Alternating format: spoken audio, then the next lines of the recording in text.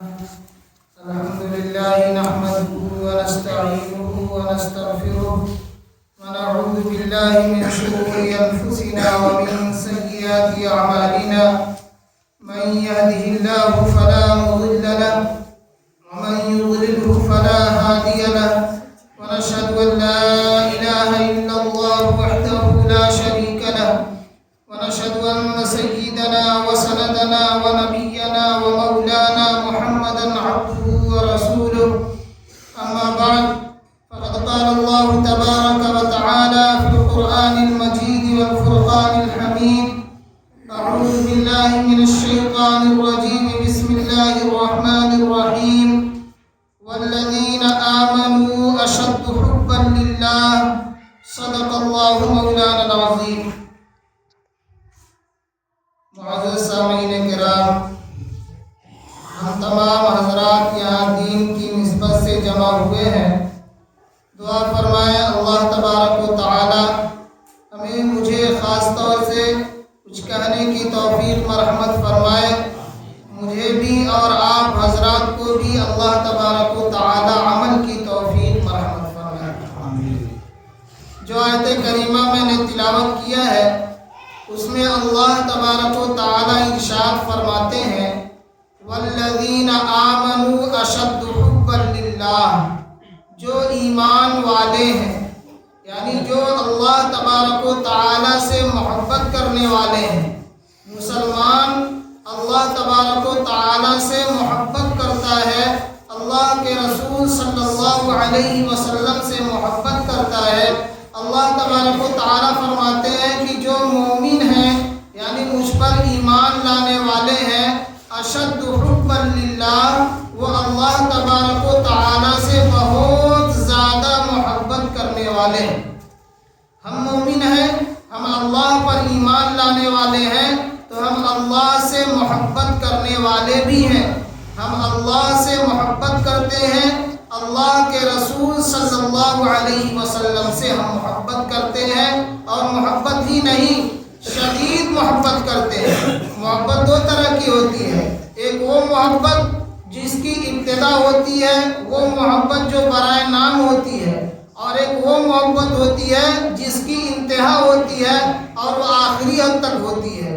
تو ایک مسلمان اللہ سے محبت کرتا ہے اور آخری حد تک محبت کرتا ہے، یعنی اللہ کا حکم ہمارے سامنے آ جائے، اللہ تبارک و تعالی کا کوئی پیغام ہمارے سامنے آ جائے، اللہ کے رسول صلی اللہ علیہ وسلم کی کوئی سنت ہمارے سامنے آ جائے، اللہ کے رسول صلی اللہ علیہ وسلم کا بتلایا ہوا طریقہ ہمیں معلوم ہو جائے تو اس کا تقاضا ہے، محبت کا تقاضا ہے اللہ تبارک و تعالی سے اور اللہ کے حبیب صلی اللہ علیہ وسلم سے کہ ہم اس کو مان لیں. یہی محبت ہے. ورنہ بیٹا باپ سے کہتا رہے کہ والد صاحب میں آپ سے بہت محبت کرتا ہوں، لیکن والد صاحب کہیں بیٹا بازار چلے جاؤ، والد صاحب کہیں بیٹا بہن کے یہاں چلے جاؤ، والد صاحب کہیں بیٹا بھوبی کے یہاں چلے جاؤ، تو وہ کہے کچھ نہ کہے لیکن کام نہ کرے تو محبت میں کامل نہیں ہے. باپ ایک دن کہے گا تم صرف محبت کا دعویٰ کرتے ہو، صرف محبت کا نام لیتے ہو، تمہارے اندر محبت کا جذبہ نہیں ہے اور تم حقیقی محبت کرنے والے نہیں. ہم مومن ہیں، اللہ تبارک و تعالی سے محبت کرنے والے ہیں. اللہ تبارک و تعالی قرآن کریم میں فرما رہے ہیں کہ جو ایمان والے ہیں مجھ سے شدید محبت کرتے ہیں. ہم اب اپنا جائزہ لیں، اپنے آپ کو دیکھیں کہ ہمارے اندر اللہ تبارک و تعالی سے محبت کتنی ہے. محبت اس دنیا میں بہت پائی جاتی ہے. محبت آپ دیکھیں گے دنیا میں الگ الگ شکل میں ظاہر ہوتی ہے. حدیث شریف میں آتا ہے اللہ تبارک و تعالی نے محبت کو 100 حصوں میں تقسیم کیا ہے. محبت کا ایک حصہ اللہ تبارک و تعالی نے اس دنیا میں ظاہر کیا ہے. محبت کا 99 حصہ اللہ تبارک و تعالی نے اپنے پاس رکھا ہے جو قیامت کے دن ظاہر ہوگا. اس ایک محبت میں جو اللہ تبارک و تعالی نے اس دنیا میں ظاہر کیا ہے، ایک ماں اپنے بچے سے محبت کرتی ہے، ایک باپ اپنے بچے سے محبت کرتا ہے، ایک بھائی اپنے بھائی سے محبت کرتا ہے، ایک ایک بہن اپنی بہن سے اور اپنے بھائی سے محبت کرتی ہے، ایک جانور اپنے بچے سے محبت کرتا ہے۔ اس دنیا میں جتنی محبتیں پائی جاتی ہیں وہ اس ایک محبت کا تقاضا ہے۔ اللہ تبارک و تعالیٰ نے محبت کا 99 حصہ اپنے لیے رکھ دیا ہے۔ اب اندازہ لگائیں اللہ تبارک و تعالیٰ ہم سے کتنا محبت کرتا ہے۔ اللہ تبارک و تعالیٰ سے محبت کا تقاضا یہ ہے کہ ہم اللہ تبارک و تعالیٰ کے احکام کو مانیں، اور حقیقی محبت یہی ہے کہ ہم اپنا جائزہ لیں اور اپنے آپ کو ٹٹولیں، اپنے آپ کو دیکھیں کہ ہمارے اندر کتنی محبت ہے، اور ہم کوئی بھی کام کر رہے ہیں تو اللہ تبارک و تعالیٰ کو خوش کرنے کے لیے کر رہے ہیں، اللہ تبارک و تعالیٰ کو راضی کرنے کے لیے کر رہے ہیں، یا کوئی اور مقصد ہے۔ اللہ کی رضا کے لیے، اللہ کو خوش کرنے کے لیے اگر ہم کوئی کام کریں گے تو ہمیں ثواب ملے گا، اور اگر دوسرے مقصد سے کریں گے کام تو آپ کا ہو جائے گا لیکن ثواب نہیں ملے گا، پیسہ بھی خرچ ہو جائے گا، ثواب نہیں ملے گا، اس کو ریاکاری کہیں گے، دکھاوا کہیں گے۔ اللہ تبارک و تعالیٰ کے یہاں ایسے عمل کا کوئی بدلہ ملنے والا نہیں ہے۔ اللہ تبارک و تعالیٰ نے قرآن کریم میں ارشاد فرمایا کہ جو متقی ہیں، جو لوگ پرہیزگار ہیں، ان کی کچھ علامتیں ہیں۔ ہم اس دنیا میں پیسہ خرچہ کرتے ہیں، ہم اس دنیا میں کسی کی مدد کرتے ہیں تو وہ علامت سے جان لیا جائے گا کہ یہ اخلاص کے ساتھ ہم نے پیسہ خرچہ کیا ہے یا اس میں ریاکاری اور دکھاوا ہے۔ علامت سے چیزیں پہچانی جاتی ہیں۔ ہم نے کسی کا تعاون کیا، ہم نے کسی کی مدد کیا، اور مدد کرنے کے بعد کبھی وہ ہماری بات نہیں مانا، ہمارے کام نہیں آیا، اب ہم جگہ جگہ اس کو بیان کر رہے ہیں، جگہ جگہ کہہ رہے ہیں کہ بتلاؤ میں نے وہ اتنی دقت میں تھا، اتنی پریشانی میں تھا، میں اس کے کام آیا اور وہ میری بات نہیں مانتا۔ تو اب سوچیں کہ ہم نے اللہ کو راضی کرنے کے لیے، اللہ کو خوش کرنے کے لیے عمل کیا تھا۔ اگر اللہ کو خوش کرنے کے لیے، اللہ کو راضی کرنے کے لیے ہم نے یہ عمل کیا تھا تو ہم کبھی اس کا تذکرہ نہ کرتے۔ اللہ کی رضا مقصود تھی، ہم نے تعاون کر دیا، ہم نے ساتھ دے دیا، اللہ کی رضا ہم کو مل گئی، اللہ کی خوشنودی ہم کو مل گئی، وہ ہمارا ساتھ دے یا نہیں۔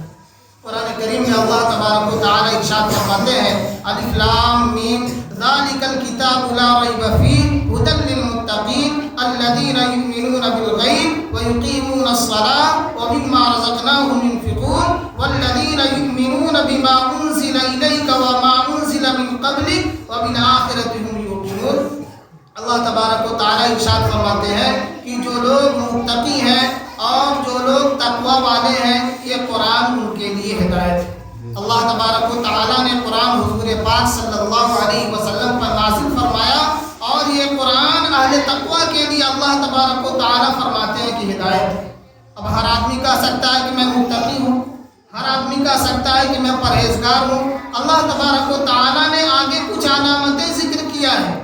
متقی کون لوگ کہلائیں گے، تقوی والے کون لوگ کہلائیں گے؟ اللہ تبارک و تعالیٰ فرماتے ہیں متقی وہ لوگ کہلائیں گے۔ متقی کی علامتوں میں سے ایک علامت یہ ہے کہ وہ لوگ غیب پر ایمان رکھتے ہیں، یعنی مرنے کے بعد دوبارہ زندہ ہونا ہے اور حساب و کتاب ہونا ہے، اچھے عمل پر اچھا بدلہ ملنا ہے، برے عمل پر برا بدلہ ملنا ہے۔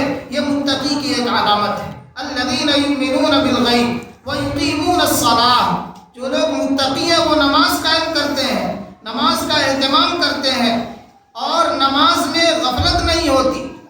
یہ تقوی کی ایک علامت ہے، متقی لوگوں کی ایک علامت ہے۔ وَمِمَّا رَزَقْنَاهُمْ يُنْفِقُونَ، اللہ تبارک و تعالیٰ نے جو رزق دیا ہے، جو مال دیا ہے، اس میں سے خرچ کرتے ہیں، جہاں ضرورت پڑتی ہے وہاں دیتے ہیں۔ یہ اہل تقوی کی علامت ہے۔ حضور پاک صلی اللہ علیہ وسلم پر اللہ نے جو کتاب نازل کیا یعنی قرآن کریم، اور حضور پاک صلی اللہ علیہ وسلم سے پہلے بہت سی کتابیں نازل ہوئی ہیں اور بہت سے صحیفے نازل ہوئے ہیں، ان پر ایمان رکھتے ہیں، یہ لوگ متقی ہیں اور یہ لوگ تقوی والے ہیں۔ تو ہر چیز علامت سے پہچانی جاتی ہے۔ ہمارے اندر اللہ سے محبت ہے یا نہیں، اور ہم اللہ کے رسول صلی اللہ علیہ وسلم سے محبت کرنے والے ہیں یا نہیں، ہم اپنا جائزہ لیں گے تو ہم کو خود بخود سمجھ میں آ جائے گا۔ حضور پاک صلی اللہ علیہ وسلم ارشاد فرماتے ہیں الخلق عیان اللہ فاحب الخلق الی اللہ من احسن الی عیانہ۔ حضور پاک صلی اللہ علیہ وسلم فرماتے ہیں کہ یہ جتنی مخلوق ہے، جتنے لوگ اس دنیا میں ہیں، یہ سب اللہ کی عیال ہیں، اللہ کے لوگ ہیں، اور ان میں سب سے بہتر وہ ہے جو لوگوں کے ساتھ اچھا معاملہ کرے، جو لوگوں کے ساتھ اچھی طرح پیش آئے۔ ہمارے بچے کے ساتھ کوئی اچھا معاملہ کرے گا، ہمارے بچے کے ساتھ کوئی خیال کرے گا، کوئی دقت اور پریشانی میں ہو اس کی دیکھ ریکھ کرے گا، اس کا ساتھ دے گا، تو ہم اس سے محبت کریں گے کہ اس سے نفرت کریں گے؟ اس سے محبت کریں گے۔ اللہ تبارک و تعالیٰ فرماتے ہیں، حضور پاک صلی اللہ علیہ وسلم فرماتے ہیں کہ جتنی مخلوق ہے، جتنے لوگ ہیں، یہ سب اللہ کے لوگ ہیں، اللہ کی عیال ہیں۔ ان میں سب سے بہتر وہ ہے جو لوگوں کے ساتھ اچھا سلوک کرے، لوگوں کے ساتھ اچھا معاملہ کرے، لیکن اللہ کے لیے اس بات کو ذہن میں رکھنا ہے، اللہ کو خوش کرنے کے لیے، اللہ کی رضا کے لیے۔ حضور پاک صلی اللہ علیہ وسلم فرماتے ہیں، الراحمون یرحمہم الرحمن ارحموا من فی الارض یرحمکم من فی السماء۔ جو لوگ رحم کرنے والے ہیں، لوگوں کے ساتھ اچھا سلوک کرنے والے ہیں، اللہ تبارک و تعالیٰ ان پر رحم و کرم کا معاملہ فرماتے ہیں۔ ہم لوگوں کے ساتھ اچھا سلوک کریں گے، ہم لوگوں کے کام آئیں گے، اللہ تبارک و تعالیٰ کا رحم اور کرم ہمارے ساتھ، اللہ تبارک و تعالیٰ کی مدد ہمیں ملے گی۔ اور کسی کا ہم کچھ بگاڑ لیں گے، کسی کو ہم نقصان پہنچائیں گے، تو اس دنیا ہی میں ہم کچھ کر سکتے ہیں، لیکن اس کا بہت بڑا نقصان ہمارے لیے ہونے والا ہے۔ اگر ہم اپنی طاقت کے ذریعے کسی کو، اللہ تبارک و تعالیٰ نے طاقت دیا، اپنی طاقت سے کسی کا نقصان پہنچاتا ہے، تو اس دنیا میں وہ نقصان پہنچا سکتا ہے، لیکن آخرت میں بہت بڑا نقصان ہونے والا ہے۔ اور اگر طاقت نہیں ہے تو کسی کو مال میں بڑھتا ہوا دیکھ کر کے جلنا، کسی کو مال میں یا رزق میں بڑھتا ہوا دیکھ کر کے جلنا، یہ بھی اچھی بات نہیں ہے۔ اس سے کیا ہوگا؟ ہمیں کچھ ملنے والا نہیں ہے سوائے بیماری کے، سوائے ٹینشن کے، اور سوائے دقت کے، اور کچھ ہونے والا نہیں۔ اس کو حسد کہتے ہیں۔ یہ سب باطنی بیماریاں ہیں، روحانی بیماریاں ہیں، جن کے علاج کی ضرورت ہے۔ کوئی کسی کو اللہ تبارک و تعالیٰ نے مال سے نواز دیا، بہت زیادہ مال دے دیا، تو ٹھیک ہے، اللہ تبارک و تعالیٰ نے دے دیا۔ اب اگر ہم چلتے ہیں اور ہم یہ چاہیں کہ اس کا مال ضائع ہو جائے، اس کا نقصان ہو جائے، نقصان پر ہم خوش ہوتے ہیں، تو یہ ہماری بیماری ہے اور اس کے علاج کی ضرورت ہے۔ یہ سمجھنا چاہیے کہ یہ حسد ہے، حسد بیماری ہے، روحانی بیماریوں میں سے ہے۔ اللہ تبارک و تعالیٰ سے دعا بھی کریں کہ اللہ تبارک و تعالیٰ ہمیں اس بیماری سے حفاظت فرمائے۔ ایک تو جسمانی بیماری ہوتی ہے، بخار ہمیں ہو جاتا ہے، ہاتھ پاؤں ٹوٹ جاتا ہے، تو فوراً ڈاکٹر کے پاس جاتے ہیں، اس کا علاج کراتے ہیں، فکر ہوتی ہے، اور فکر ہی نہیں، مشورہ کرتے ہیں، دوستوں سے مشورہ کرتے ہیں، گھر والوں سے مشورہ کرتے ہیں، یہاں تک کہ اچھے ڈاکٹر کے یہاں پہنچ جاتے ہیں اور علاج ہو جاتا ہے۔ کچھ روحانی بیماریاں ہیں، جیسے بغض ہے، کینہ ہے، حسد ہے، غصہ ہے، یہ سب بیماریاں ایسی ہیں جو انسان کو نقصان پہنچاتی ہے، اور انسان اس کو بیماری سمجھتا بھی نہیں کہ غصہ بیماری ہے، غصہ کو بیماری نہیں سمجھتا، یہاں تک کہ غصہ اس کو نقصان پہنچا دیتا ہے۔ میرے استاد، میرے شیخ حضرت اقدس مولانا شاہ مفتی محمد عبداللہ صاحب پھولپوری نور اللہ مرقدہ فرمایا کرتے تھے کہ ایک صاحب نے 55 سال کی عمر میں اپنی بیوی کو طلاق دے دیا۔ اس کے بعد وہ مسئلہ لے کر کے دارالفتہ میں آئے کہ مفتی صاحب، میں نے غصے میں اپنی بیوی کو طلاق دے دیا، اب میں کیا کروں؟ تو حضرت نے فرمایا کہ یہ غصہ آپ کو اب سے آ رہا ہے کہ بچپن سے آپ کو غصہ آ رہا ہے؟ تو انہوں نے کہا کہ حضرت غصہ تو بچپن سے ہم کو آ رہا ہے۔ تو پھر حضرت نے فرمایا کہ غصہ یہ ایک بیماری ہے، اگر بچپن ہی میں آپ اس کی طرف توجہ دیے ہوتے اور اپنے غصے کو قابو کیے ہوتے، اپنے غصے کو کنٹرول میں کیے ہوتے، تو یہ غصہ جو آج آپ کو 55 سال کی عمر میں نقصان پہنچا رہا ہے، وہ نقصان نہیں پہنچاتا۔ ہم لوگ دارالفتہ میں رہتے ہیں، مسائل روزانہ آتے رہتے ہیں، اور زیادہ تر مسائل طلاق ہی کے آتے ہیں، اور طلاق دینے کے بعد لوگ آتے ہیں، پھر مشورہ کرتے ہیں کہ مفتی صاحب غصے میں نے طلاق دے دیا، قابو نہیں تھا، 2 بچے ہیں، 3 بچے ہیں، آپ کیا کریں؟ تو غصہ میں یہ سمجھا رہا ہوں، غصہ ایک بیماری بیماری ہے اور غصے پر قابو کیا جائے اور غصے کو روکا جائے، جو طریقہ بیان کیا گیا، غصہ آئے تو آپ بیٹھ جائیں، غصہ آئے تو جس پر غصہ آ رہا وہاں سے ہٹ جائیں تو غصہ قابو میں آ جائے گا۔ لیکن غصہ کو ہم بیماری سمجھتے نہیں۔ حسد ایک روحانی بیماری ہے، کسی کو مال میں بڑھتا ہوا دیکھ کر چلنا۔ غیبت کرنا یہ بھی بیماری ہے۔ غیبت کس کو کہتے ہیں؟ غیبت کہتے ہیں پیٹھ پیچھے کسی کی برائی بیان کرنا۔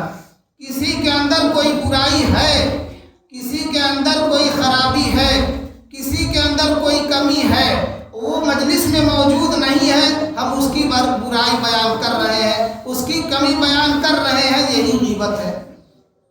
غیبت کے بارے میں اللہ تبارک و تعالیٰ نے قرآن کریم میں ارشاد فرمایا وَلَا يَغْتَبْ بَعْضُكُمْ بَعْضًا، کہ تم میں سے کوئی کسی کی غیبت نہ کرے۔ اور غیبت کرنے کا نقصان کیا؟ اللہ تبارک و تعالیٰ فرماتے ہیں أَيُحِبُّ أَحَدُكُمْ أَن يَأْكُلَ لَحْمَ أَخِيهِ مَيْتًا فَكَرِهْتُمُوهُ، کیا تم میں سے کوئی یہ چاہتا ہے کہ اپنے مردہ بھائی کا گوشت کھائے؟ مردہ بھائی جس کا انتقال ہو چکا اس کا گوشت کھانا کوئی پسند کرے گا؟ اللہ تبارک و تعالیٰ فرماتے ہیں کوئی نہیں پسند کرے گا۔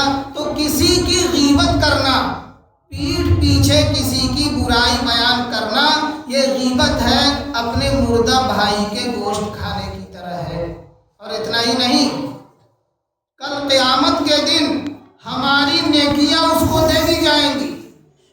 کل قیامت کے دن ہماری نیکیوں پر وہ مسلط کر دیا جائے گا اور ہماری نیکیاں اس کو دے دی جائیں گی۔ حضرت سفیان ثوری علیہ الرحمہ سے کسی نے کہا کہ امام ابو حنیفہ علیہ الرحمہ کبھی غیبت نہیں کرتے کسی کی۔ حضرت سفیان ثوری علیہ الرحمہ نے فرمایا کہ بہت چالاک ہیں حضرت امام ابو حنیفہ علیہ الرحمہ، وہ نہیں چاہتے کہ کل قیامت کے دن کوئی میری نیکیوں پر مسلط ہو جائے اور کل قیامت کے دن کوئی میری نیکیاں آ کر کے لے لے، اس لیے وہ کسی کی غیبت نہیں کرتے ہیں۔ ہم کسی کی غیبت کریں گے تو کل قیامت کے دن ہماری نیکیاں اللہ تبارک و تعالیٰ اس کو دے دیں گے۔ امام بخاری علیہ الرحمہ فرماتے ہیں مغتبت احدا مذ علمت ان الغیبۃ حرام، فرماتے ہیں اپنے بارے میں کہ میں نے کبھی کسی کی غیبت نہیں کیا جب سے مجھے پتا چلا کہ غیبت کرنا حرام ہے۔ جب سے امام بخاری علیہ الرحمہ کو پتا چلا کہ غیبت کرنا حرام ہے، کبھی میں نے کسی کی غیبت کیا ہی نہیں۔ کل قیامت کے دن کسی کا ہاتھ میرے دامن میں نہیں ہوگا اور میرے دامن میں کسی کا ہاتھ نہیں ہوگا، اس لیے کہ میں نے کسی کی غیبت نہیں کیا۔ ایک عام بیماری ہے جو سب میں پائی جاتی ہے۔ کچھ لوگ تو اتنے جری ہوتے ہیں، یہ کہہ کر غیبت کرتے ہیں کہ اگر وہ میرے سامنے ہوتا تب بھی میں اس کی یہ برائی بیان کر دیتا۔ غیبت کرتے ہیں فلاں کے اندر یہ کمی ہے، فلاں کے اندر یہ کمی ہے، فلاں کے اندر یہ کمی ہے، اور یہ بھی کہتے ہیں کہ اگر وہ میرے سامنے ہوتا تب بھی یہ بات میں کہہ دیتا، یہ بھی غیبت ہے۔ یہ روحانی بیماری میں یہ ذکر کر رہا ہوں کہ روحانی بیماریوں میں سے یہ سب بیماریاں جن کو ہم بیماری سمجھتے ہی نہیں۔ کسی کے اندر یہاں تک لکھا ہے کسی کے اندر لنگڑا پن ہے، کوئی لنگڑا کر کے چلتا ہے اور کوئی اس کی نقل اتارے لنگڑا لنگڑا کر چلے، یہ بھی غیبت میں شامل ہے۔ لنگڑا لنگڑا کر چلنا اور چل کر کے اس کا مذاق اڑانا کہ فلاں اس طرح چلتا ہے، فلاں اس طرح دیکھتا ہے، یہ سب غیبت میں شامل ہے۔ غیبت صرف زبان سے کرنے کا نام نہیں ہے، اپنے عمل کے ذریعے کسی کے عیب کی نقل کرنا یہ بھی غیبت میں شامل ہے۔ یہ سب روحانی بیماریاں جن کو ہم بیماری سمجھتے نہیں، ہمارے بزرگوں نے باقاعدہ کتاب لکھی ہوئی ہے روح کی بیماریاں اور ان کا علاج۔ حضرت مولانا شاہ کی محمد اختر صاحب علیہ الرحمہ کی کتاب ہے روحانی بیماریاں اور ان کا علاج۔ کچھ روحانی بیماریاں ہیں جن کا علاج ضروری ہے، وہ کیسے ہوگا؟ علماء سے مشورہ کیا جائے۔ آپ کی نگاہ میں کوئی ایسا ہوگا جو دیندار ہوگا، ایسا نہیں، آپ غور کریں گے جس طرح آپ کو اچھا ڈاکٹر مل جاتا ہے، اسی طرح غور کرنے سے اچھے لوگ بھی آپ کو مل جائیں گے جو آپ کی نگاہ میں بڑے اچھے ہوں گے۔ اب ایسا نہیں کہ آپ پڑوسی ملک میں چلے جائیں، موبائل پر ہم دیکھتے ہیں فلاں صاحب جو ہے بڑے اچھی تقریر کرتے ہیں تو آپ چلے گئے پڑوسی ملک میں، تو ان سے کیسے رابطہ کریں گے؟ آپ اپنے علاقے میں کوئی ایسا ہو جس سے آپ مطمئن ہوں اور جو آپ کو بزرگ لگتے ہوں، دیندار لگتے ہوں، ان کے پاس جائیں، ان سے مشورہ کریں۔ آنا جانا نہ رکھے انشاءاللہ یقیناً اس کا فائدہ ہوگا۔ حضرت مولانا علی میاں ندوی علیہ الرحمہ نے فرمایا کہ دو چیزوں کا آدمی کو احساس نہیں ہوتا۔ آدمی جب بہت بلند ہو جاتا ہے اور بہت ترقی پر چلا جاتا ہے تو اس کا بھی احساس نہیں ہوتا، اور جب ترقی سے تنزلی کی طرف آتا ہے، نیچائی کی طرف آتا ہے تو اس کا بھی اسے احساس نہیں ہوتا۔ بزرگوں کی صحبت کی برکت سے، نیک لوگوں کی صحبت کی برکت سے اللہ تبارک و تعالیٰ کی محبت ملتی ہے اور اللہ کے رسول صلی اللہ علیہ وسلم کی محبت ملتی ہے۔ اصل بات جو میں محبت ہی پر کر رہا ہوں کہ محبت ہی ایسی چیز ہے جو ہمیں عمل پر مجبور کر سکتی ہے۔ اللہ تبارک و تعالیٰ سے جب محبت ہوگی، اللہ کے رسول صلی اللہ علیہ وسلم سے محبت ہوگی، تو پھر اللہ تبارک و تعالیٰ کے احکام پر عمل کرنا، اللہ کے رسول صلی اللہ علیہ وسلم کی سنتوں کو اپنی زندگی میں داخل کرنا ہمارے لیے بہت آسان ہے۔ ایک بچی کو گھر والے پالتے ہیں بچپن سے لے کر کے جوانی تک، لیکن اسی بچی کو کسی سے محبت ہو جاتی ہے تو اپنی ماں باپ کی ساری قربانیوں کا خیال کیے بغیر اور خاندان کی عزت کا خیال کیے بغیر، گاؤں والوں کی عزت کا خیال کیے بغیر وہ گھر سے چلی جاتی ہے۔ ہمیں اللہ تبارک و تعالیٰ سے کتنی محبت ہے، اللہ کے رسول صلی اللہ علیہ وسلم سے کتنی محبت ہے، اس کا بھی اگر ہم اندازہ لگانا چاہیں تو میرے شیخ محترم فرماتے ہیں کہ اس سے اندازہ لگا لے کہ شادی کا موقع ہوتا ہے تو ہمارے جو رشتہ دار ہیں، ہماری بہنیں ہیں، ہمارے بھائی ہیں، ہماری پھوپھیاں ہیں، ہماری خالائیں ہیں، اگر ناراض ہوں تو ہم کیسے ان کو منا لیتے ہیں، ان کو خوش کر کے ہم اپنی خوشی کے موقع پر ان کو شامل کر لیتے ہیں، ان کو اپنے پاس لاتے ہیں، چاہے اس کے لیے ہمیں جو بھی کرنا پڑے، ان کو خوش کر کے ہم اپنی خوشی کے موقع پر ان کو شامل کر لیتے ہیں کہ لوگ کیا کہیں گے۔ تو خوشی کے موقع پر یہ بھی تو ہمیں دیکھنا چاہیے کہ اللہ تبارک و تعالیٰ سے ہمیں محبت ہے، اللہ کے رسول صلی اللہ علیہ وسلم سے محبت ہے، تو اس خوشی کے موقع پر ہم جو عمل کریں گے تو اس سے اللہ کی خوشی ملے گی یا اللہ کی ناراضگی ملے گی، اللہ کے رسول صلی اللہ علیہ وسلم کی ہمیں خوشی ملے گی یا ان کی ناراضگی ملے گی، ہم اس کا خیال کرتے ہی نہیں، نہ اس کی پرواہ کرتے ہیں۔ اگر کوئی کچھ کہہ دیا تو کچھ لوگ تو خاموش رہ جاتے ہیں اور کچھ لوگ کچھ کہہ بھی دیتے ہیں۔ تو اللہ سے محبت اور اللہ کے رسول صلی اللہ علیہ وسلم سے جب محبت ہوگی اور کامل محبت ہوگی تو ایسے لوگ گزرے ہیں کہ ناک پڑھی جاتی ہے اور آنکھوں سے آنسو جاری ہو جاتے ہیں۔ اللہ تبارک و تعالیٰ کا نام لیا جاتا ہے اور حضور پاک صلی اللہ علیہ وسلم کی نعت پڑھی جاتی ہے تو آنکھوں سے آنسو جاری ہو جاتے ہیں، محبت کا تقاضا ہے۔ اور ہم نعت سنتے ہیں تو کتنا ہمارے اوپر اثر ہوتا ہے، کیونکہ محبت کامل نہیں ہے، محبت تو ہم کرنے والے ہیں، ہم اللہ سے محبت کرتے ہیں، اللہ کے رسول صلی اللہ علیہ وسلم سے محبت کرتے ہیں، لیکن کامل نہیں ہے، کچھ نہ کچھ کمی ہے۔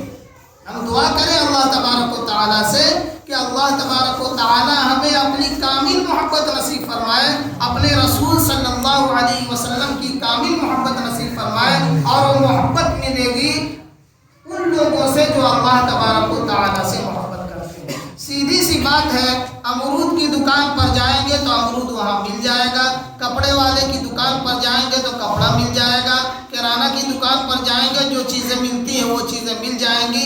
اسی طرح جو لوگ اللہ سے محبت کرتے ہیں، اللہ کے رسول صلی اللہ علیہ وسلم سے محبت کرتے ہیں، ان کے پاس جائیں گے، ان سے تعلق رکھیں گے، ان کے پاس آنا جانا رکھیں گے تو اللہ تبارک و تعالیٰ کی محبت آپ کو مل جائے گی۔ قرآن کریم میں اللہ تبارک و تعالیٰ نے ارشاد فرمایا، یا ایھا الذین آمنوا اتقوا اللہ وکونوا مع الصادقین، کہ اے ایمان والو تقوی اختیار کرو اور نیک لوگوں کی صحبت اختیار کرو۔ اللہ تبارک و تعالیٰ فرما رہے ہیں جو حاکم بھی ہیں اور حکیم بھی ہیں۔ اللہ تبارک و تعالیٰ کا ہر حکم حکمت سے خالی نہیں، حکیم ہے، وہ فرما رہے ہیں کہ نیک لوگوں کی صحبت اختیار کرو۔ تو اچھے لوگوں کی صحبت سے ہمیں اللہ تبارک و تعالیٰ کی محبت مل جائے گی۔ نیک لوگوں کے پاس کتنا رہنا ہے؟ علامہ آلوسی علیہ الرحمہ بہت بڑے مفسر ہیں، فرماتے ہیں خالطوہم لتکونوا مثلہم، اللہ والوں کے پاس اتنا رہو کہ انہیں جیسے ہو جاؤ۔